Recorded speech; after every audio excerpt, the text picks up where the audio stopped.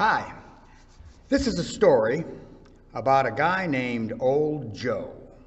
Well, old Joe Clark, he's a fine old man, and I tell you the reason why. He keeps good candy in his house and lots of apple pie. No, not that old Joe.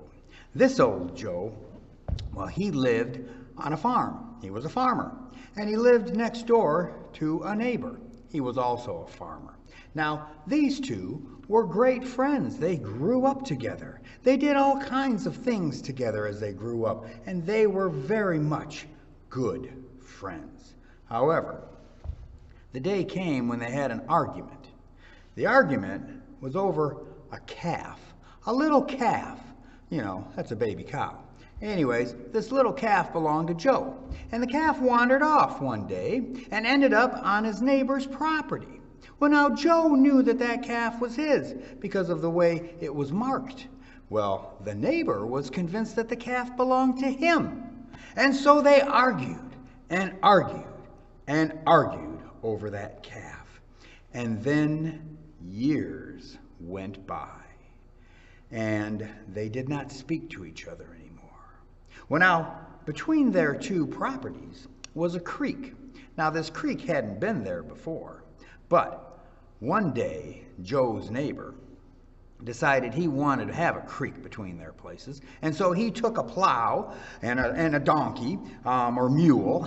Sorry, I get my farm animals confused sometimes. And with that mule and that plow, he dug a trench from the pond so that water would flow through that trench and create a creek to divide them, so that one lived on one side of the creek, one lived on the other side of the creek, and they were separated.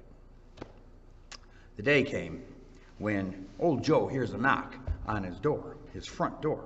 He goes to it, he opens it up, and there standing there was a young man who was a carpenter. And the carpenter said, "Hi, I'm a carpenter. Wondering if you got any work for me. I do very good work.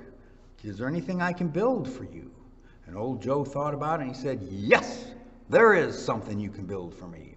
And he showed him. He pointed out there and he says, "You see that creek between our two properties?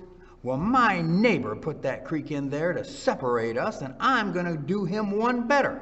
I want you to build me a wall so I don't even have to look at my neighbor or his property. Let's see. I figure if you make that wall about 30 feet long and 10 feet high, then that ought to do it. That ought to block the view of my neighbor.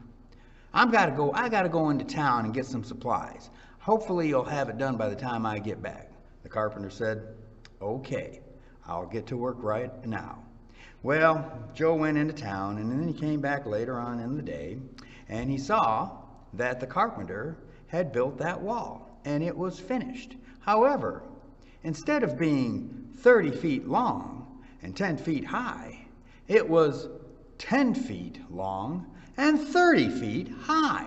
Joe said, "Now what kind of a fence is that? I don't need a 30-foot tall fence, and it's not long enough. It's not wide enough." And then the carpenter said, "Well, you see, sir, it's not a fence." And he put his hand on that fence, and he gave it a push, and that fence fell over the creek, because that fence was really a bridge.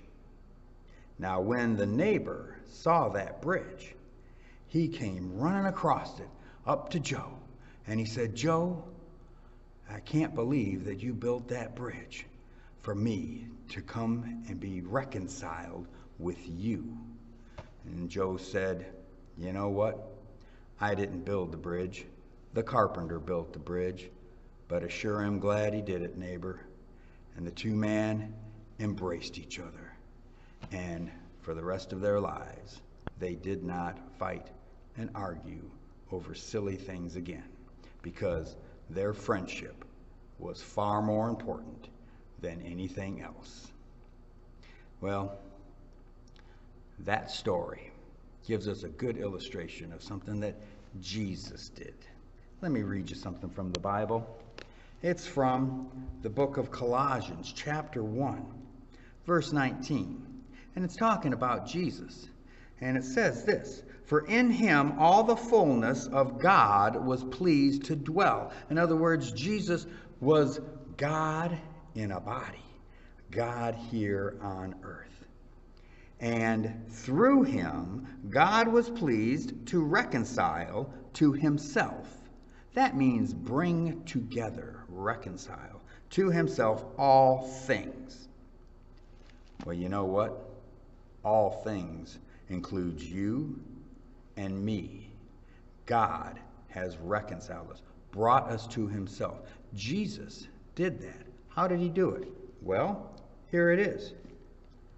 By making peace through the blood of his cross. You see, the cross of Jesus was a bridge that Jesus used to bring us back to God, to reconcile us to God when Jesus died on that cross for our sins, because our sins separated us from God.